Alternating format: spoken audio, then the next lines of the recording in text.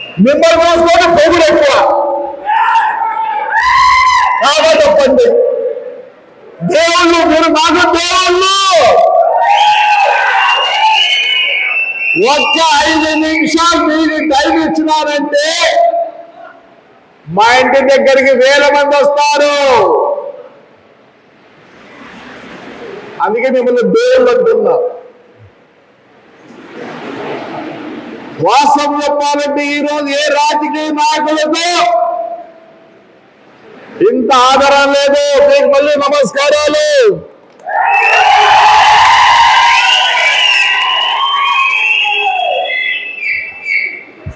నాకు ఇంకో బాధ ఎప్పుడు చెప్తుంటా, ఒరే నువ్వు మీ ఊర్లో ఓడిపోతే నాకు జనం తగ్గుతారు అనేది.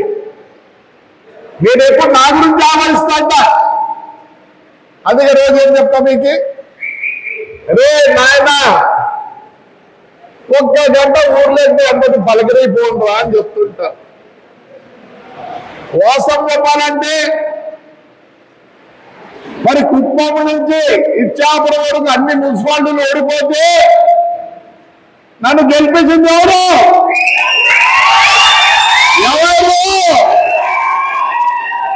అందుకే మిమ్మల్ని ఎప్పుడు దేవుళ్ళు అంట.